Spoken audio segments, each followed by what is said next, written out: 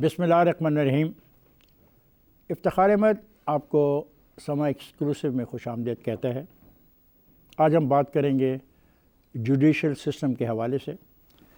हुकूमत अदलिया की बेहतरी के लिए अरबों रुपए की रकूम खर्च करती है और एक मौके पे तो ADB ने $350 मिलियन की रकम इनको दी ताकि पसमानदा तबकात को इंसाफ की फरहमी, अदलिया की आज़ादी, इंसाफ को वफाकी, सूबाई और मुकामी सतह तक यकीनी बनाया जाए और हुकूमत के साथ मिलकर अदलिया और पुलिस की कारकर्दगी में बेहतरी की जाए। अदलिया के निज़ाम की बेहतरी के लिए कौन से नताइज बेहतर साबित हुए या हो सकते हैं, इस पर हम बात कर रहे हैं। और हमारा आज का जो टॉपिक है वो है अदालती इस्लाहात मुल्क के लिए अहम ज़रूरत क्यों। मेरे साथ जो दोस्त तशरीफ़ रखते हैं वो बड़े नामवर लोग हैं। मेरे साथ तशरीफ़ रखते हैं शब्बा रज़ा रिज़वी साहब, साबिक जज लाहौर हाई कोर्ट, साबिक एडवोकेट जनरल पंजाब। उनके साथ तशरीफ़ रखते हैं अज़हर सदीक़ साहब, सीनियर एडवोकेट सुप्रीम कोर्ट, और उनके साथ तशरीफ़ रखते हैं एडवोकेट चौधरी जुल्फ़िकार अली, ये साबिक सदर Lahore high court bar association रहे। आइए इनसे हम बात करते हैं। हमारे पास कुछ सवालात हैं और हम कोशिश करेंगे कि उन सवालात के ज़रिए इस मसले का हल ढूंढें या इस मसले को समझने की कोशिश करें। कैसे हैं जज साहब आप? सदीक़ साहब आपको शुक्रिया, आपका बहुत शुक्रिया। सर मैं शुरू करूँगा जज साहब से। जज साहब मुझे एक बात बताएं कि मगरब में भी मुकदमात पे वक्त लगता है। ये तो नहीं होता कि आपने मुकदमा दायर किया और फौरी आपको इंसाफ मिल गया, मगर वो सिस्टम डिलीवर करता है और ये एहसास लोगों को होता है कि उनको इंसाफ मिल रहा है। पाकिस्तान में जुडिशल सिस्टम क्यों नहीं डिलीवर कर पा रहा? तो अगर नहीं कर पा रहा तो आप क्या रिफॉर्म्स तजवीज़ करते हैं? Thank you very much for having me over. किसी भी स्टेट में उसकी जो बुनियाद होती है या जो सिस्टम प्रोवाइड करता है वो उस मुल्क का कॉन्स्टिट्यूशन प्रोवाइड करता है। इसीलिए जो हमारा मौजूदा कॉन्स्टिट्यूशन 73 कॉन्स्टिट्यूशन को कहते हैं, उसके पहले 56 और 62, तो 73 कॉन्स्टिट्यूशन में एक ये अच्छी बात थी कि ये कंसेंसस डॉक्यूमेंट था। स्वाय था या है? जब बना था, मैं उस वक्त की बात कर रहा हूँ, और अभी तो काफ़ी लोग इतराज़ कर रहे हैं ना। उस वक्त स्वाय एक बंदे ने साइन नहीं किया था जिसका अभी आप जिक्र कर रहे थे, तो अदरवाइज़ इसको सब ने साइन किया था। तो ये एक बड़ी अच्छी डेवलपमेंट थी। उसमें जो जुडिशल निज़ाम का भी जिक्र है, इंडिपेंडेंस ऑफ जुडिशरी का भी है, स्पीडी और सस्ते इंसाफ का भी जिक्र है कि वो स्टेट जो है वो इस कॉन्स्टिट्यूशन के तहत प्रोवाइड करेगी। क्यों नहीं दे पाई? हाँ, मैं बहस करता हूँ क्यों नहीं दिया। Very good. अब उसमें अगर आप प्रीएम्बल फॉर एग्जांपल पढ़ें कॉन्स्टिट्यूशन की, तो उसमें सबसे पहले लिखा हुआ है कि अथॉरिटी जो है shall be exercise by the people of Pakistan. कैसे? Through their chosen representatives. ठीक है। अब उसके बाद उन्होंने लिखा कि इन्होंने क्या क्या करना है पब्लिक ने और उनके रिप्रेजेंटेटिव ने। उसमें आज के टॉपिक के मुताबिक इन्होंने इंडिपेंडेंस ऑफ जुडिशरी हासिल करनी है, इन्होंने अदालती निज़ाम ठीक करना है। उसका मकसद क्या होगा? लोगों को सस्ता, एक्सपीडिशियस, फौरी इंसाफ पहुँचाना। और अदालती निज़ाम के लिए आपको पैसे मैंने कहा दिए, आपको तो ADB भी पैसे देती है, इसके बावजूद नहीं होता। सर इसकी वजह यह है कि वो जो लोग जिन्होंने ये चलाना था, जिसका स्टार्ट ही हुआ कि हर चीज़ जो होगी power shell be exercise by the people through chosen, वो क्योंकि नहीं हो रहा। अच्छा, सदीक़ साहब ये कह रहे हैं कि इसलिए हम इंसाफ नहीं कर सकते और जुडिशल रिफॉर्म नहीं कर सकते क्योंकि जो दार है वो अवाम के नुमाइंदों के पास बज़ाहिर है, लेकिन उसको इस्तेमाल कोई और करे। एक नई डिबेट है। मेरा सवाल आपसे सिर्फ ये है कि अगर हम नहीं कर पा रहे जुडिशल सिस्टम को बेहतर, तो उसकी वजूहत क्या है? बहुत शुक्रिया इफ्तिखार साहब। बड़ा ये रियलिटी है। आज हम 75 साल बाद जहाँ पहुँचे हैं, हम वहीं खड़े हैं जहाँ आज़ादी के वक्त थे। और उसकी बुनियादी वजह कॉन्स्टिट्यूशन बेसिकली सोशल कॉन्ट्रैक्ट है। इमरानी बाकायदा फंडामेंटल राइट्स दिए हैं, बाकायदा तीनों मुकन्ना को, इंतज़ामिया को, अदलिया को सेपरेट किया हुआ है। लेकिन वजह क्या है? मैं एक छोटी सी मिसाल आपके सामने रखता हूँ। मिसाल इसी सब्जेक्ट के इसी मुताबिक में कि अदालती इस्लाह मुल्क के लिए क्यों ज़रूरत है। आज देखें, एक दरख्वास्त है तो पर्चा दर्ज नहीं होता। That's point. उस पर्चा दर्ज करने के लिए पहले उसने घूमना है कमेटी के पास, फिर सेशन कोर्ट जाना है, सेशन कोर्ट से हाई कोर्ट जाना है, हाई कोर्ट से कई दफ़ा सुप्रीम कोर्ट चला अब मजिस्ट्रेट को छोड़ जाते हैं बीच में। हाँ, उसकी बुनियादी देखिए ना, अब मैं हैरान हूँ कि आपका सारा का सारा सिस्टम मजिस्ट्रेट दर्जावल और सिविल जज दर्जावल पे चलता है। ये जो सुप्रीम कोर्ट हाई कोर्ट है, ये तो अपीलेट कोर्ट है। इसमें खराबी, जुडिशरी की बात कर रहा हूँ, इसमें खराबी क्या है? अच्छा, खराबी ये है कि जिनको जो काम दिया गया वो कर ही नहीं रही। मजिस्ट्रेट काम नहीं कर रहा और सिविल जज काम नहीं कर रहा, हाई कोर्ट काम नहीं कर रहा और सुप्रीम कोर्ट काम नहीं कर रहा। जिन सिस्टम ने इंट्रोड्यूस करवाया, जिन्होंने वो करना है, सर सिस्टम तो पुराना है। सिस्टम तो आपके पास सीआरपीसी अगर मैं देखूं तो वो तो 1898 का, उसमें तो ना कोई मौजूदा मुकन्ना का रोल है या किसी का रोल नहीं है, वो तो पुराना है। जिस वक्त वो बना था, जिनको रोल दिया गया था वो रोल अदा कर रहे थे। अब अगर इस कॉन्स्टिट्यूशन में अगर आपने जिनको रोल दिया है वो उनको जब तक आप करने नहीं देंगे, ये मकसद हासिल नहीं हो सकता। मेरी डिबेट से आपकी जो जिस डिबेट पे आप मुझे ले जाना चाह रहे हैं वो है कि क्या मुकन्ना इस मुल्क को चला रही है या अवाम के नुमाइंदे। ये एक डिबेट बड़े मजे की डिबेट है, नहीं बड़ी अच्छी डिबेट है। One day we will sit and will talk. Today my debate is different. My debate is this कि अदालती इस्लाहात मुल्क के लिए ज़रूरत है या नहीं? ज़रूरत है जी, ज़रूरत है, लेकिन पॉइंट यही है कि जिन्होंने ये करना है उनको आप करने नहीं दे रहे। जो आपने जिक्र किया ना $380 बिलियन का, वो सारा का सारा पता कहाँ गया था? वो लैपटॉप था, तनख्वाहें बढ़ाने में चला गया था। वो मुझे अच्छी तरह याद है। उसका मतलब सही जगह पे इस्तेमाल नहीं हुआ। देखिए वजह क्या है, आप देखिए मेन वजह समझिएगा कि जब तक ये अदालतों में, जैसे शबर साहब ने कहा है ना, आपने उनको आज़ाद नहीं बनाया। जी जुल्फ़िकार साहब, आप क्या समझते हैं कि अदालतें आज़ाद नहीं हैं? हाँ, बिस्मिल्लाहिर्रहमानिर्रहीम। मैं समझता हूँ कि एक मैक्सिमम यूज़ होता है right person for the right job. आपके यहाँ जिन्होंने जो चूजन रिप्रेजेंटेटिव हैं, जिनकी जज साहब बात कर रहे थे, मैं सबसे पहले तो क्वेश्चन ही करूँगा कि आर वो इस पोजीशन में हैं कि वो हमें वो दे रहे हैं जो वक्त की नीड्स है। अभी आप बात कर रहे थे 1872 के लॉ की, क्या इसमें रिफॉर्म्स की जरूरत नहीं है? बिल्कुल है। देखें, और जिन लोगों ने, फौज ने रोका हुआ कि मत करें? किसी ने नहीं रोका। नहीं, क्या फौज के किसी ब्रिगेडियर ने, कर्नल ने आके रोका कि ना करें? किसी ने रोका। फिर हम अपनी सारी कुताइयों को क्यों हम दूसरों पे शिफ्ट करते हैं? मैं वो बात कहना चाहता हूँ कि आपने कौन से रिप्रेजेंटेटिव भेजे हैं। आज आपके रिप्रेजेंटेटिव वो हैं जी, ये बहुत बड़ा मालदार आदमी है, इसको टिकट दे दें, ये दे दें। क्या आपने उन लोगों को सिलेक्ट किया है जो इसका लिए काम कर सकते हैं? आज आपके यहाँ पार्लियामेंट में वो लोग बैठे हैं जिन लोगों को ये नहीं पता कि वो पार्लियामेंट को कोई कौमी असम्बली कहेगा, कोई सेनेट कहेगा, उनको पार्लियामेंट के अल्फाज का नहीं पता। जुल्फ़िकार साहब, ये बहस बहुत अजीब है, वो हैं या नहीं है? 1947 से बात मैं शुरू कर रहा हूँ and we are discussing this thing in 2024 में, ठीक है? अब मैं ये मानने को तैयार नहीं कि सारा वक्त ऐसा होता रहा। माई सिंपल और हम्बल सबमिशन इज दिस, क्या आप समझते हैं कि इस्लाहात की ज़रूरत है? ज़रूर। और 1, 2, 3 बताइए कौन सी? मैं सबसे पहले कहूँगा इस्लाहात में सबसे पहले तो हमें आपके वक्त की ज़रूरत के मुताबिक हमने लेजिस्लेशन करनी है, पहली बात। ठीक। सेकंड बात ये है, जब हम लेजिस्लेशन की बात कर रहे हैं तो सीआरपीसी वगैरह को चेंज करना है, बिल्कुल चेंज करना है, लॉ ऑफ एविडेंस को चेंज करना है, लॉ ऑफ एविडेंस को करना है, आपने अपने प्रोसीजरल लॉ को बदलना है, आपने अपना सिविल लॉ को बदलना है, आपने अपना क्रिमिनल लॉ को बदलना है। आप देखें, आपके यहाँ क्या है, बैंकिंग लॉस, FIO है, उसमें सून आफ्टर की जो ही डिग्री पास होती है वो कन्वर्ट हो जाती है इनटू एग्जीक्यूटिव। ये क्या बाकी केसों में नहीं हो सकती? एक बंदा डिग्री ले जाए, उस डिग्री की जो इम्प्लीमेंटेशन है वो उम्र गुजर जाती है, वो नहीं कर सकता। सर, आप मतलब ये तय हुआ, इनका ये कहना है कि जो मुंतखब नुमाइंदे हैं उनके पास इतना अख्तियार नहीं, कोई ख़ास किस्म की ताकत है जिसको ये करना है। सदीक अज़हर साहब ने भी इससे मिलती जुलती बात की, और आपने कुछ लॉस, मैं कहता हूँ कि ऐसा कोई उनके ऊपर कदगन नहीं है, वो उनकी कैपेसिटी नहीं है। कैपेसिटी। अच्छा, अब मेरा अगला सवाल ये है, क्या ये तनकीद दुरुस्त है कि मजिस्ट्रेट दर्जा अव्वल, मजिस्ट्रेट दर्जा दोम, सिविल जज दर्जा अव्वल और दर्जा सोम की तैनाती जो है, इसके जो तैनाती है इसके अमल में तब्दीली की ज़रूरत है और इनको प्रॉपर ट्रेनिंग की ज़रूरत है? जी, आप क्या कहते हैं? जी, इनकी जो है आई थिंक कम्पेटिटिव एग्ज़ाम के ज़रिए आते हैं। और मैं ट्रेनिंग का लफ्ज़ कह रहा हूँ सर। जी, मैं ट्रेनिंग का लफ्ज़ कह रहा हूँ। मैं आगे आ रहा हूँ। प्लीज़।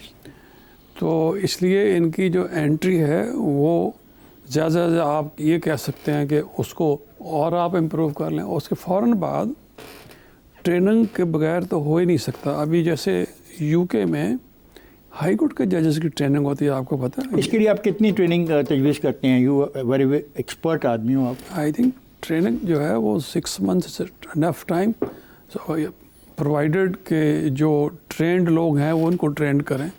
और जब ये आपने एक नई शर्त रखती है ट्रेन लोग उनको ट्रेन करें, तो जो ट्रेन लोग हैं वो हाई कोर्ट और सुप्रीम कोर्ट के जजेस हों? वाई नॉट रिटायर्ड हों? नहीं सर्विंग तो लेकिन टाइम नहीं होता रिटायर्ड तो जजेस। इससे फ़र्क पड़ेगा कुछ? क्यों नहीं पड़ेगा? लोगों को इंसाफ मिलने में आसानी होगी? क्यों नहीं पड़ेगा? अच्छा, अगला सवाल सदीक अदर साहब आपसे है कि सिविल जज की तैनाती के लिए 2 साल का तजुर्बा बहुत कम नहीं, क्या इसको बढ़ा के 4 साल का नहीं करना चाहिए? इफ्तिखार साहब, बुनियादी तौर पर ना मैं जो समझ पा रहा हूँ कि जहाँ लॉ पढ़ाया जाता है ना, इस तरह अब तो सर लॉ के कॉलेज स्कूल तो मोहल्ले और गलियों में खुल गए हैं, उनके बारे में आप क्या कहेंगे? मैं वही बताने लगा हूँ कि खाली लॉ पे ना रहे हैं आपको सिविल जजेस के लिए अगर कोई आना चाहता है ना, he should select this field from the very first day. Which stage? यानी जैसे लॉ में आया है, लॉ में उसने 3 साल पूरे कर लिए हैं, उसके बाद 1 साल लॉ 5 साल का नहीं हो गया? मैं एक बात कर रहा हूँ, कर ले अपने आप उसी में अगर ऑप्शन आप मुख्तलिफ ऑप्शन क्या मतलब कुछ कोर्स ऐसे BA के बाद आप 3 साल में कर सकते हैं, FA FSC के बाद 5 years कर सकते हैं एक्सटर्नल और एक और मैं आपको ये दूँ कि मैं आजकल LLM की क्लास को पढ़ाता हूँ पंजाब यूनिवर्सिटी में। जी जी, वहाँ 90 आपकी जो बात इन्होंने कही ना, 90% जो स्टूडेंट हैं जो मैं बोल रहा हूँ वो जुडिशरी में की तैयारी करने के लिए ही LLM कर रहे हैं। तो बहुत से बच्चे हैं जो ये फैसला कर लेते हैं। ठीक है, तो आप ये कह रहे हैं, मेरा सवाल था कि सिविल जज की तैनाती के लिए 2 साल का तजुर्बा बहुत कम है, क्या इसको बढ़ा कर 4 साल का कर दीजिए? आपका क्या जवाब है? मैं इसको कह रहा हूँ कि आपको बाकायदा इसके लिए कोर्स, इसके लिए कॉलेजेस हों, यूनिवर्सिटीज़ हों, जो बैठ के ट्रेनिंग ही करें कि पहले दिन से कि उसने इस काम के लिए आना है, और उसको सिर्फ इस हद तक नहीं है, आपको 2 काम और करने हैं। आपको यहाँ क्या होता है, हमारे यानी उन्हें तजर्बा देते हैं, क्या करते हैं, जो सर्विंग जज होते हैं ना, मिसाल के तौर पर सिविल जज है तो उनके साथ उनको बिठा देते हैं कुछ अरसे के लिए। इस तरह नहीं काम सीखना आपने।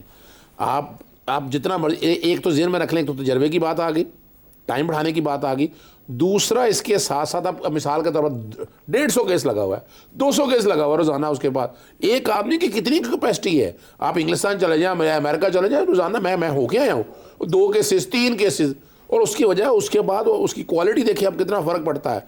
हमारे यहाँ तो जब तक देखिए मैं बताऊँ आपको, जब तक 2 काम ख़त्म नहीं करेंगे ना, मलिशियस प्रोसिक्यूशन इस मुल्क में, उसकी सज़ा है कोई? सिर्फ कुछ छोटी सज़ा है मेरे ख्याल है। आप झूठा पर्चा दर्ज करा दे, कलंदरा ही कटता है। और मैं बता दूं आपको, मैं शबर साहब की बात से इत्तफाक करूंगा, डैमेजेस का उसमें क्लेम है, लेकिन वो हमारे सिस्टम में, जैसे कहा, ये सिस्टम कोई भी नहीं चल रहा। मैलिशियस प्रोसिक्यूशन का असल कंपनसेशन है डैमेजेस क्लेम करना कि ये इन्होंने मुझे। यहाँ पे तो हत्या के इज्जत का जो दावा है वो 6-6 साल तक तय नहीं होता। मैं यही तो कह रहा हूँ कि उसका तो नहीं सर, उसका फैसला किसने करना है? ये 1 मिनट है, ये जो हत्या के इज्जत का जो है, इसको टाइम ड्यूरेशन तय करने का काम पार्लियामेंट ने करना है? बिल्कुल ऐसा ही है, पार्लियामेंट ने करना है, बिल्कुल ऐसा ही है। लेजिस्लेशन तो वही करते हैं ना। जी हाँ, आप जारी रखें। अच्छा देखें जी, जो अभी आप बात कर रहे थे ना कि जुडिशल अकेडमी वाली बात कर रहे थे, कि ट्रेनिंग वाली बात है, मैंने लफ्ज़ एकेडमी नहीं बिल्कुल ये इन्होंने इंडिया किया। में आज इंडियन सुप्रीम कोर्ट के जजेस को भी है उसकी जुडिशल एकेडमी में वंस इन ए ईयर जाना पड़ता है। अभी आप बात कर रहे थे जज की कैपेसिटी की, मैं कहता हूँ 2 लफ्ज़ हैं, एक है इंटेलिजेंसिया और एक है वाइजनेस। जहाँ हम उन लोगों के इम्तहान लेते हैं उसमें क्या हम ये देखते हैं कि वो वाइज है? जैसे एक गाँव में होता है, एक गाँव का एक बूढ़ा कहता है, वो पढ़ा लिखा नहीं होता, कि बेटा ये काम मुनासिब नहीं है, ये आपने नहीं करना, ये काम, ये उधर काम अच्छा नहीं गा। ये है वाइजनेस। हमने सिर्फ और सिर्फ जिस तरह का सिस्टम डेवलप कर दिया है उसमें हमने उनको ट्रेनिंग भी देते हैं, हमारी जुडिशल अकेडमी सब कुछ कर रही है, मगर मैं सबसे ज़्यादा बर्डन कहूँगा कि उनके ऊपर वो है कि बलूचिस्तान में 27 से 30 के दरमियान एक सिविल जज के पास केसेस होते हैं। सिंध में वही केस जो हैं 60 से 65 हैं, और पंजाब में वो 250 से 300 केस है पर जज के पास। पर उसकी वजह जजेस, अब आपने नया सवाल खड़ा कर दिया। अगर मुझे बताएं, अगर आपके पास पंजाब के लोअर कोर्ट्स में 700 जजेस की असामियाँ खाली हों, 700, Exactly. और आपके हाई कोर्ट में 21 जजेस की असामियाँ खाली हों, तो फिर कहाँ से इंसाफ की बात कर रहे हैं? मैं आपको तो देखें, ये लाहौर है, बताएं लाहौर के असामियों की बात आई है, बताएं इसका क्या करें? देखें असामियाँ, ये क्योंकि हमारा जो सिस्टम है ना, मैं फिर उसी तरफ आपको कहूँगा, आपको वो सिस्टम कोलैप्स कर गया है। मौजूदा सिस्टम के तहत हम बड़ी अच्छी चीज़ें भी स्टार्ट करते हैं, मगर वो कहीं भी वो जाकर सर ये 700 जजेस अगर तैनात कर दें तो मजिस्ट्रेट के कमरे में जो लोग जलील होते हैं, खुद मजिस्ट्रेट खराबी में बैठा होता है, उसकी मदद तो कोई हो जाएगी, इसकी नहीं होगी। इसकी वजह ये देखें, ये बहुत सी चीज़ें हुई। अब ये जैसे हाई कोर्ट का आपने कहा, हाँ, 17 हाई कोर्ट तो क्या, सुप्रीम कोर्ट में असामियाँ खाली हैं, दो या तीन, नहीं, ज़्यादा हैं। इसमें से अब 4 होगी। चार हैं। ठीक है, कहाँ सर, कहाँ 4 और कहाँ 700? सर उनका, और ये 700 वो लोग हैं कि जहाँ से इंसाफ शुरू होना है, मजिस्ट्रेट की अदालत में मैंने जाना है और वहीं से मुझे इंसाफ मिलना है। और अगर मेरी तारीख ही नहीं आनी और जो लिस्ट लगी है, कॉज लिस्ट, उसमें मेरा नाम है, वकील साहब का जो आदमी नुमाइंदा बार के पुकारता है, उस सारे दिन में नाम ही पुकारेगा और क्या करेगा? तो आप 700 लोग क्यों नहीं देते? ऊपर टॉप पे सिस्टम ऑपरेट ठीक नहीं करेगा। फॉर एग्ज़ाम्पल, अगर मुझे कोई कहे अदालती निज़ाम में सबसे बड़ी मुसीबत है मौजूदा जो सिस्टम है, जितने भी जजेज़ हैं, डिले, मैं पता क्या करूं? मेरे ख्याल में अगर मेरे वकील भाई माइंड ना करें तो सबसे बड़ा काज ऑफ डिले वकील हैं, वकील खुद हैं। क्यों जी सदीक़त साहब? ये मैं जाके बार बार हाथ जोड़ूं कि आपका अगर क्लाइंट कहता भी है कि तारीख आज लें, आपस से कह देखिए बात ये, जज साहब की इस बात में बहुत वजन है, लेकिन मैं फिर बात बताऊँ आपको, खाली सिर्फ इसका डिले वाला इशू है, वन ऑफ द रीजन। मैंने एक एग्जांपल दी है, वन ऑफ द रीजन है। आप जब तक देखिए, मैं फिर बात वही है, आप 700 जज भी रख लें आप, अब एक वक्त था कि जजेस यहाँ पूरे थे, तो क्या निज़ाम इंसाफ बेहतर हो गया था? नहीं हो सकता। बेहतर की बात नहीं हम कह रहे, अभी तो पहले कह रहे उनको एक मौका दिया जाए, निज़ाम इंसाफ तक पहुंचने की सहूलत फराहम की जाए। आप यहाँ 1000 जजेस भी लगा लेंगे ना, तब तक नहीं। वजह क्या है? वजह समझनी है कि आपका एक तो कानून साजी में बहुत सिकम है, उसमें स्पीडी ट्रायल के हवाले से आपने बना दी, इस तरह दहशतगर्दी अदालतें बना दी हैं आपने, एंटी करप्शन की स्पेशल कोर्ट्स बना दी, FIA के स्पेशल कोर्ट, लेकिन आप फिर भी देखें कि उनको पॉलिटिकली जिस तरह मिसयूज किया जाता है। मैं उधर नहीं आ रहा, मैं पॉलिटिक्स से बाहर रहना चाहता हूँ। मैं ये एक सवाल करता हूँ कि अगर हमारे पास मजिस्ट्रेट कम है, और ये हकीकत है, आपको भी पता है बिल्कुल ऐसा कि है, क्या हालत है, बिल्कुल ऐसा उस मजिस्ट्रेट के पास ना कुछ स्टाफ है, ना उसके कमरे में आप दाखिल नहीं हो सकते, खड़े नहीं हो सकते, बिल्डिंग नहीं है ना। हाँ, तो मैं इस पे बात कर रहा हूँ, किसने करना? देखिए ना, आपने पैसे भी दिए गैर मुल्कों से इस काम के लिए, किधर गए? तो नहीं ना, तो यहाँ किसका आ गया? यहाँ फिर बात घूम के कहाँ आ गई है? पैसे कहाँ गए? आपके घूम के हुकूमत पे आ गई है। आप कहना चाहते हैं कि मुक़द्दरा लेगी? मैं डिसएग्री करता हूँ कि फौज का कर्नल ये पैसे नहीं लेगा। मैं तो बात किसी उसकी नहीं कर रहा, की है मुक़द्दरा की, वो मैंने आपको पहले बात की कि हमारा जो सिस्टम है कि क्या अख्तियार, क्या power is being exercised by the people through chosen they are supposed to do it, क्योंकि ऊपर से नीचे आता है सपोज्ड टू डू इट और नॉट। क्या ये जो MNA MPs सेनेटर हैं, क्या ये क्या इनको चाहिए नहीं कि ये जो छोटी छोटी बातें मैं आपसे डिस्कस करूं, क्या उनके इल्म में नहीं? इसमें एक ऐड कर लें, वो चेंज कैसे लाते हैं? बैलेट के ज़रिए, ठीक है, हमारे कॉन्स्टिट्यूशन के तहत। क्या जो बैलेट पे जो उन्होंने किया, क्या वो रिजल्ट निकला? जब बैलेट अच्छे तरीके से इस्तेमाल हुआ, जो नतीजे निकले, तब भी रिजल्ट ये। जी सर, आपसे 100% इत्तेफाक करता हूँ। वो जो मैं पहली बात कही, right person for the right job जो है वो नहीं है ना। अगर हम 700 जजेस की तैनाती कर दें और हम 21 जजेस हाईकोर्ट को दे दें, तो इसको मैं कौन रोक रहा है? मुझे आप ये बताइए। ये मैं बताऊँ, सिर्फ ये मसला क्या सदीक साहब आपने क्या कहा? सर इससे नहीं मसला हल होगा, हल की तरफ कदम नहीं जाएगा। मैं फिर नहीं, हल की तरफ कदम नहीं बढ़ेगा। आप कर लें, लेकिन सवाल ये है कि आपके पास नंबर 1 ना तो आपके पास पैसा है, कर्जों में बोझ तले आप दबे हुए हैं। अब आप किसी और तरफ देंगे, सियासी बातें नहीं। ऐसा हो भी इस सिस्टम के तहत नहीं हो सकता। गाड़ी के 4 पहिए हैं, इस सिस्टम के तहत 4 पहिए इकट्ठे नहीं चलेंगे, वो क्या है? अब ये जैसा बार-बार कह रहे सिस्टम, मेरा ख्याल है कि तो फिर हम पार्लियामानी सिस्टम को बदल के कोई और निज़ाम लाने की सोच है। ये बात थी कि वकील डीलर का उससे नहीं है, चारों पहिए जब तक गाड़ी के सही ना हो, गाड़ी नहीं चल सकती। वो क्या है? एक है जिसने प्रोसिक्यूशन करनी है, एक है जिसने डिफेंस करना है, एक है इन्वेस्टिगेशन और एक है जुडिशियल अफसर। ये चारों ये प्रॉपर काम नहीं करेंगे, आपकी गाड़ी नहीं चली करेगी।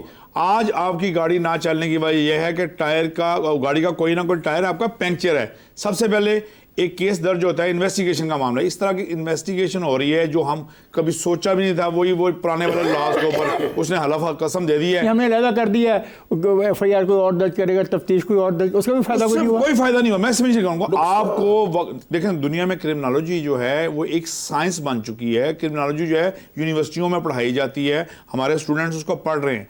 जिन लोगों को आपने इस काम पे लगाया, क्या वो उसमें एडिक्वेट नॉलेज रखते हैं? मेरा सवाल का जवाब है नहीं है।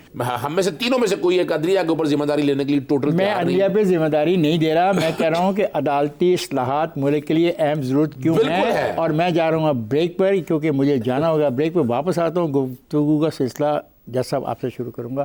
ख्वाजात जाइएगा नहीं, हमारे साथ रहेगा। वेलकम बैक ख्वाजात। हम बात कर रहे हैं अदालती इस्लाहात के हवाले से कि ये मुल्क की अहम ज़रूरत है। मेरे जो साथी इस वक्त में से स्टूडियो में बैठे हैं वो कहते हैं कि देखें जी, इसमें सिस्टम की ख़राबी है, हम क्रिमिनोलॉजी से भी फ़ायदा नहीं उठा रहे, सोसाइटी के अंदर बहुत सारी खामियां हैं, और जो मुंतखब नुमाइंदे हैं वो भी अपना रोल नहीं प्ले कर रहे। शायद इसलिए नहीं प्ले कर रहे कि उन पर दबाव है, तो उस दबाव की मौजूदगी में तो ऐसा होगा नहीं। तो ये तजवीज़ भी है कि इस सारे निज़ाम को बदल दिया जाए। चलो देखते हैं। मैं वापस अपनी डिबेट की तरफ जाता हूँ। मेरा अगला सवाल इन दोस्तों से ये है, जैसा आपसे मेरा सवाल है, सुप्रीम कोर्ट जो है ये क्या लाजमी तौर पे है कि वो हाई कोर्ट के जजों को सुप्रीम कोर्ट में तैनात करे, या इसके लिए बाहर से भी जज लिए जा सकते हैं? सुप्रीम कोर्ट में दो तरह से होते हैं। एक तो हाई कोर्ट के जो सर्विंग जजेस हैं वो होते हैं अपॉइंट। दूसरा जो एडवोकेट हो ऑफ सुप्रीम कोर्ट, जिसकी 15 इयर्स की प्रैक्टिस हो, तो इसीलिए डायरेक्टली एडवोकेट भी सुप्रीम कोर्ट का जज अंडर द कॉन्स्टिट्यूशन बन सकता है। इसीलिए बाज़ जो रिटायर्ड जजेस हैं हाई कोर्ट के, वो फौरी नहीं बनते, कुछ अरसे बाद बनते हैं। वो इस कैटेगरी में बनते हैं कि ये बेसिकली एडवोकेट ऑफ तो है ना, 15 ईयर एक्सपीरियंस। जैसे फॉर एग्ज़ाम्पल ख्वाजा जवाद साहब इस्तीफ़ा दे के जा चुके थे एज ए जज of high court. He was not a serving जज ऑफ हाई कोर्ट। तो वो उनको जब अपॉइंट किया, क्या क्राइटेरिया था? ये था कि जी ये इनका जो दूसरा स्टेटस है एडवोकेट ऑफ सुप्रीम कोर्ट का, और इतनी जो स्टैंडिंग है वो इनकी है, उस क्वालिफ़िकेशन पे वो बने थे। सदीक साहब, क्या आप इस क्राइटेरिया को मानते हैं, या इनकी तैनाती का भी मसला कहीं और होना चाहिए? इफ्तिखार साहब, आज से ना 10 साल पहले फ़ारूक नाइक और शाह महमूद कुरैशी एक कमेटी बनी जो जजिस तैनाती के ऊपर थी। मैंने उस पर ना इंडियन जूरिस्प्रूडेंस पे, जो इंडियन कोर्ट्स हैं, उनका एक अपना तरीका कार। क्या इंडियन का क्या तरीका कार? वो जजेस ऐसे नहीं होते। वो जो जजेस तैनात जब करते हैं ना, बाकायदा उनका एक टेस्ट का प्रोसीजर है, फिर उन पर वो डिफरेंट तरह से उसे वे करते हैं, फिर रिपोर्टें बनती हैं। ऐसे नहीं है जज की परफॉर्मेंस देखी जाती है और पार्लियामेंट में रिपोर्टें जाती हैं। चैम्बर नहीं देखा जाता। नो, चैम्बर नहीं देखा। हमारे यहाँ चैम्बर नहीं देखा बनाइएगा। हमारे यहाँ सच्ची जो बात है, यहाँ एक इनबिल्ड 3 लकूने हैं। एक, या तो आप ना किसी बार के सदर बन गए हो माजरत के साथ, वो बना था। नहीं, वो छोड़ दें, मैं नाम ले दूंगा आपको कितने लोग हैं। नहीं, नाम ना लीजिएगा प्लीज। क्यों मुझे नोटिस करवाना है? मैं तो डरता नहीं सर इस सवाल से। मैं तो डरूंगा ना, मैंने नोटिस नहीं भुगतना। देखिए ना, वो बन जाएगा। या आप जजेस फैलो, मैं एक जज सुप्रीम कोर्ट का बन गया है, अब उसके अपने चैम्बर में मैं कई नाम दे देता हूँ, आपको ले देता हूँ, और पूरे सुप्रीम कोर्ट भरे पड़े। ये बात कहें कि नहीं, ऐसा नहीं है। यानी हमारे यहाँ क्राइटेरिया, जो बेसिक क्राइटेरिया हाई कोर्ट के जज का है ना, मैंने तजवीज़ दी थी कि जैसे अब एक MNA MP के लिए 62 और 63 की छरनी है, तो हाई कोर्ट के जज के लिए नहीं। या साहब, इज ही राइट? हाँ, मैं भी इसका फेवर में हूँ। और यहाँ तो कॉन्स्टिट्यूशन, जैसे मैं कह रहा था ना, जब इसको आप वायलेट करें कुछ भी नहीं हो सकता। हमारे कॉन्स्टिट्यूशन में एडवोकेट जो है वो जज ऑफ हाई कोर्ट तो बन सकता है, चीफ जस्टिस नहीं बन सकता। मगर यहाँ chief justice of high court एक वकील साहब, बलूचिस्तान हाई कोर्ट के, लेकिन तरीकाकार का तयन सही है ना। जिस तरह दुनिया में सेनेट की कमेटियाँ या उसकी कमेटियों के आगे पेश होती है, बड़ी छलनी होती है, बड़ा इंटरोगेट होना चाहिए। आप कह रहे थे इंडिया का। मैं 62 और 63, मैंने जो तजवीज़ दी थी 62 और 63 की छलनी, यहाँ कई ऐसे जज बन गए जो टैक्स गुजार नहीं थे। आप परेशान हो गए भाई, एक बंदा टैक्स ही नहीं देता, उसकी कैपेसिटी नहीं है, तो कल अल्लाह ना करे, मैं ये नहीं किसी तो आज उसकी कैपेसिटी होगी है। ये आप क्या कहेंगे जजेस की तैनाती के बारे में? बहुत संजीदा मामला आ रहा है कि ये हुआ और जजेस ने दबाव डाला, एक तरमीम करवा ली, और जो तरीकाकार था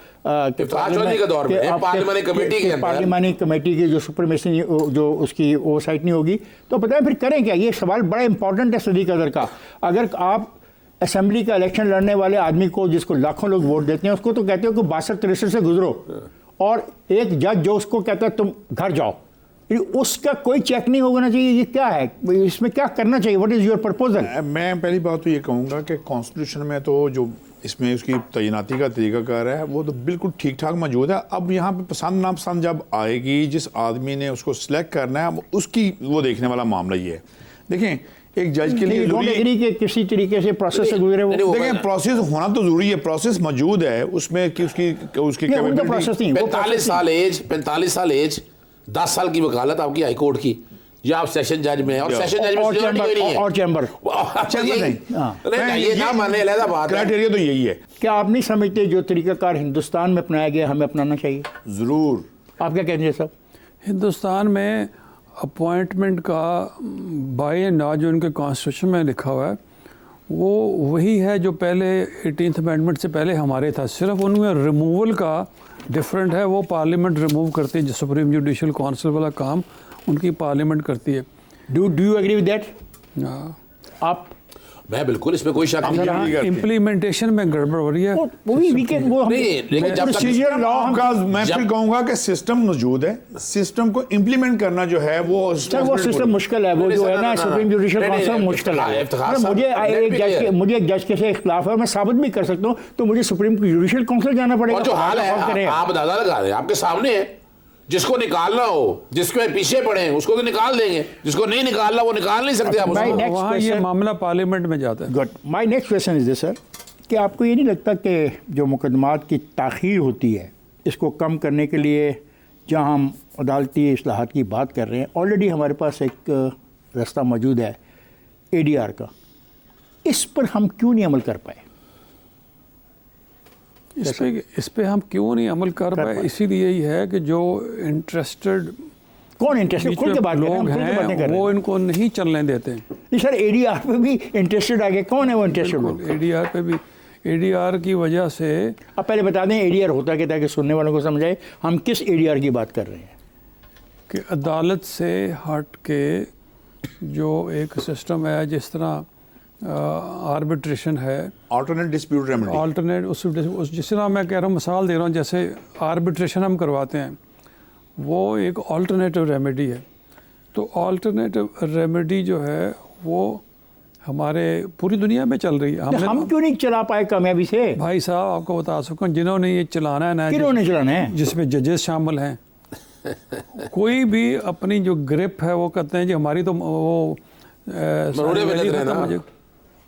तो ज्यादती नहीं अवाम के साथ, अवाम के साथ मैं एक साथ की जाती, मुझे पता आप सियासी तौर पे बहुत सारी जातियाँ मुझे याद कराएंगे, मैं इस जाति की बात कर रहा हूँ। जब से पाकिस्तान बना है अवाम के साथ, वो ठीक है, मैं ADR की बात कर रहा था। ये तो एक छोटी सी मिसाल है ना। ये आप ADR का मैं थोड़ा सा सिलसिला बता रहा हूँ। ADR जो है उसमें जो उन्होंने रख दिया ना, ऑप्शन रख दिया है कि वो कंसेंट ऑफ द पार्टीज है, वो ज़रूरी है। मतलब मैं कंसेंट करता हूँ, अगर नहीं करता तो वो ADR नहीं होगी। मैं समझता हूँ इसको तब्दील करने की ज़रूरत है।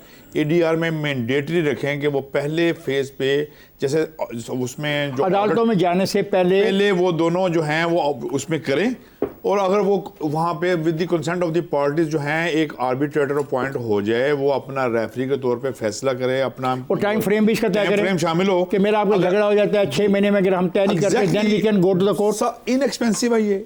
हमारे यहाँ जो CPC में ऑर्डर 10 है उसकी इम्प्लीमेंटेशन नहीं हो रही। ऑर्डर 10 ये बात कहता है कि एक इंस्टीट्यूशन ऑफ सूट हुआ, दूसरी तरह से डिफेंड हुआ, तो जज को on the first day of hearing order 10 के तहत दोनों पार्टीज के दरमियान वो उसको डिसाइड करना है कि किस इशू को जो है वो अजर मान रहा है और किस इशू को जुल्फकार मान। ऑल्टरनेट डिस्प्यूट रेजोल्यूशन पे बड़ी कोशिश की गई, लेकिन इसमें इंटरेस्टेड पार्टीज क्या है? सियासतदान जो आपका है ना, वो बहुत चालाक आदमी है। वो चाहता है कि पुलिस के पास जाए पर्चा, सिविल कोर्टों में जाए, किसी वकील को कहना हो कुछ। ये असल याद रखिएगा बात, बुराई की जड़ ये है। आई एग्री, लेकिन सर हम इसको चेंज नहीं कर सकते, ऐसी तरमीम नहीं ला सकते ADR में। बिल्कुल कर सकते हैं। उससे किसे करनी है? वो फिर आपके पास सूबाई हुकूमत इसमें सूबाई हुकूमत लेजिस्लेशन करेगी ना, या तो सूबाई प्रोविंशियल असेंबली करे या नेशनल असेंबली करे। इसमें देखे ना, आपके पास अभी जो है ना कई ऐसे इदारे मौजूद हैं जो बैठ के लेजिस्लेशन देख रहे होते हैं और सुप्रीम कोर्ट के लेवल के ऊपर बैठे देख रहे होते हैं। इसका क्या करूं मैं ADR का? ADR का काम तो ऐसा देखे ना, यानी इसमें मिसाल के तौर पर मैं आवाम को सोच पहुंचाना चाहता हूं, फैमिली करना चाहिए। फैमिली लॉ में देखे ना, मैं इसमें आपको एक सजेशन देता हूँ। वो लॉ में UK में जब कोई भी केस मजिस्ट्रेरियल लेवल पे जाता है ना, उससे पहले तो वो पहले उसको कहते हैं वो कि भाई इसको जो है ये आप वो ख़ुद मुकर्रर कर देते हैं एक्सपर्ट के, उन्हें आप ये पहले सेटल करें। जैसा मैं चला जाऊँ ब्रेक पे, क्योंकि कौन में कह रहा ब्रेक करनी है, तो ब्रेक से वापस आते हैं तो हम इस बात को लेके आगे चलेंगे। ख्वातीन हज़रात, मैं जा रहा हूँ ब्रेक पे, जाइएगा नहीं, हमारे साथ रहेगा।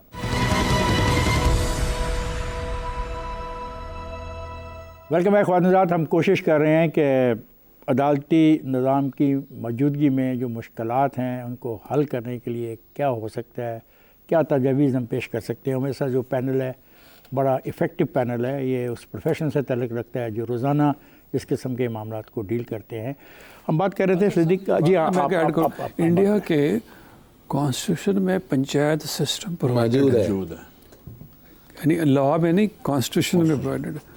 और वो बहुत सारे जो किसके साथ हम डिस्कस कर रहे हैं ना, वो उस पंचायत के पास जाना ज़रूरी है, और किसी फोरम को अथॉरिटी नहीं है मैंडे वो मैं उधर, तो इसलिए we don't have the panchayat. हमारा प्रॉब्लम, हमारे पास पंचायत है नहीं, फिर क्या करूँ मैं? भाई आप पंचायत बना लें, अभी तो हम इम्प्रूवमेंट की बात कर रहे हैं। हाँ, यस यस, आई एग्री। और हम मिसालें दे रहे हैं दूसरे मुल्कों से सीखने की। ठीक है, सीख तो आप किसी से भी सकते हैं। बिल्कुल। हमारे पास तो पंचायत सिस्टम नहीं है, तो आप तजवीज़ करते हैं कि हमें पंचायत सिस्टम को ऑप्ट करना चाहिए कॉन्स्टिट्यूशन में, फेडरल लेवल और हमें वो, हाँ कॉन्स्टिट्यूशन तो फेडरल लेवल पे होगा ना। यहाँ ना कई ऐसे काम है इफ्तिखार साहब जो हमने अदालतों से जुडिशल एक्टिविज़म के ज़रिए करवाए कि ये कानून साजी यहाँ नहीं है, और अदालत ने डायरेक्शंस दी हैं। ये वाला जो काम है, जो कि वजह है कि ये कोर्ट के ऊपर प्रेशर क्या है, ये एक्सक्लूसिव डोमेन भी इनका है। ये मैं समझता हूँ कि इस पर सुओ मोटो में या किसी फ़र्ज़ कर नहीं लेना चाहते तो कोई एक आध पटिशन ला कर इस इशू को देखना बहुत ज़रूरी है। EDR से पहले जो एक निज़ाम जो सबसे ज़रूरी है ना, जब तक आप इंतज़ामिया को नकील नहीं डालेंगे ना सबसे पहले, उसके ज़िम्मे उसे पता हो कि पर दरख्वास्त आ गई है, पर्चा देना है, बिजली का कनेक्शन फ़ौरन दे देना है, मैंने बच्चों के स्कूलों का सारा काम कर देना है।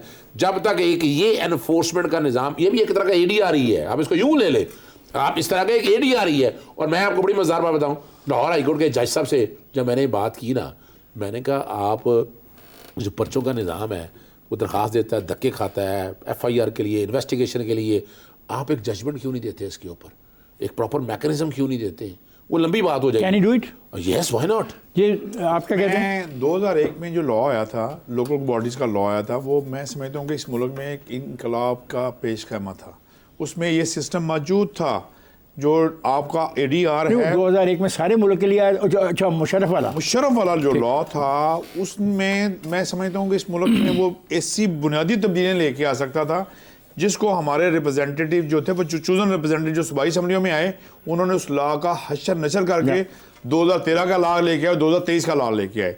तो मैं समझता हूँ उस लॉ में ये बात मौजूद कि मोहल्ले लेवल पे मुसलह बने, लफ्ज़ यूज़ हुआ था उस लॉ में, मुसलह, तो वो लफ्ज़ यूज़ जो हुआ था उसकी बुनियाद पे उसको इम्प्लीमेंट नहीं किया गया। सर मुझे बताएं, जो गरीब पसमानदा तबकात के लोग हैं जो जेलों में पड़े हुए हैं, वो कर नहीं सकते कुछ भी, क्या डिस्ट्रिक्ट एंड सेशन जजेस को जेलों का रेगुलर दौरा नहीं करना चाहिए ताकि वहाँ पे पर्सनली जाए और जिन लोगों के पास डिफेंस नहीं है उनको डिफेंस प्रोवाइड करवाए? ये तो लॉ में, ये वो लॉ में तो मौजूद है सर। लॉ तो ये बता रहे हैं कि आइन में सब कुछ मौजूद है, है, और वो जाते भी हैं। मैं कुछ लोग करते भी हैं, कुछ लोग की बात नहीं मैं कर रहा। आई एम आस्किंग यू कि should they visit the jails on regular basis और नॉट? ठीक है, ये तो चीफ जस्टिस हाई कोर्ट्स के, अगर प्रोविंशियल गवर्नमेंट उनको रिक्वेस्ट करे कि जी अगर ना, फिर अगर की बात आ गई ना, नहीं करें ना, मैं अगर की मैं कह रहा हूँ करें, रिक्वेस्ट करें कि वो डायरेक्शन दें सारे से डिस्ट्रिक्ट। डायरेक्शन इज रिक्वायर्ड जी। इसके लिए बाकायदा आपको again you need a legislation, ये एडमिनिस्ट्रेटिव स्टाइल से निकालना पड़ेगा। कई ऐसे लोग हैं जो थोड़े थोड़े जुर्माने देने की वजह से जेलों में साल से पड़े हुए हैं। अभी भी बता देता हूँ आपको मैं। यू एग्री विद मी और नॉट? बिल्कुल 100% एग्री करता हूं मैं। मेरा सवाल है कि इसका मैंडेटरी करें, मैंडेटरी करें, और वो सेशन जज के ऊपर पेनल्टी हो। जब तक आप पता ना हो ना उसको कि मैं नहीं किया, महीने में मैंने इतने नहीं किए, तो कल मुझे देनी पड़ेगी, मुझे जुर्माना देना पड़ेगा। सुप्रीम कोर्ट की जो ये राय है कि भुट्टो ट्रायल शफाफ नहीं था, ये जो आप इसको ऑब्जर्वेशन कह लें या उनकी फीलिंग कह लें या उनका एक्सप्रेशन कह लें, क्या आप ये समझते हैं कि ये अमल जारी रह सकता है? ये तो मैं नहीं कह सकता मुस्तकबिल में क्या होगा। अच्छा ठीक। अच्छा देखिए, एक बात तो बड़ी बात है, एक प्रेसिडेंट सेट हो गई है, गुड, और ओपिनियन भी आ गया है, और राइट टू फेयर ट्रायल और ड्यू प्रोसेस ऑफ लॉ को एंडोर्स भी कर दिया। Good. और मैं उम्मीद करता हूँ जैसे जज साहब की एक बात से मैं एक स्टेप आगे चलता हूँ, मैं उम्मीद करता हूँ कि इस टच स्टोन के ऊपर there are number of cases उनको देखना चाहिए, उनको एग्जामिन करना चाहिए और हमारी जुडिशियल हिस्ट्री ठीक होनी चाहिए। जी जुल्फिकार साहब, मैं यहाँ तक कहूँगा कि आपको जितनी जजमेंट्स हैं आज तक, क्या मैं पाकिस्तान लेके आज तक, उसको रिविजिट करें और उसको रिविजिट करके बहुत बड़ा फ्लड गेट खुल जाएगा। मैं इसलिए कहना चाह रहा हूँ, आपके यहाँ जो कुछ हो चुका है माजी में और जो कुछ हो रहा है उसको रिविजिट करने की ज़रूरत है और आपको इसके ऊपर जो है नई लेजिस्लेशन थ्रू जजमेंट्स। इसमें भी अदालती इस्लाहात की जरूरत है। इस फैसले में भी कोई होता तो अदालती इस्लाहात होती। देखिए वो रेफरेंस प्रेसिडेंट ने भेज दिया, रेफरेंस तो भेज दिया, वो इख्तियार तो मौजूद है, ओपिनियन दे सकते हैं, कॉन्स्टिट्यूशनल जो उसने ओपिनियन दे सकते थे, बिल्कुल ओपिनियन दे जो उन्होंने नहीं दी, वो यानी कई बातों को गोल कर गए हैं माजरत के साथ। ठीक है, कई बातों को तो यानी इस्लामिक इसमें भी आर्गू नहीं किया, इसमें भी हमें सोचना चाहिए। बिल्कुल मैं कहता हूँ कि इंटायर जो जजमेंट्स है ना उसको रिविजिट होना जरूरी है। अब इजाजत है कि मैं इस प्रोग्राम से आपसे बहुत शुक्रिया अदा करूँ। शबर रज़ा रिजवी साहब आपका शुक्रिया, आदिल सदीक साहब आपका शुक्रिया, चौधरी जुल्फ़िकार अली साहब आपका शुक्रिया, आप तशरीफ़ लाए और हमने कोशिश की कि अदालती इस्लाहात के हवाले से जो हम सोचते हैं, जो बुनियादी सवालात हैं, उन पर बात करें। इस पर बहुत लंबी डिबेट हो सकती है, आई एग्री विद जज साहब, लेकिन आज का प्रोग्राम इतना ही था। Thank you. ख्वातीन हज़रात, आपने प्रोग्राम सुना, कोशिश की हमने कुछ ऐसे मामलों पे बात करने की जो इस्लाहात चाहते हैं, जिससे फ़ायदा होगा पाकिस्तान के आम आवाम को।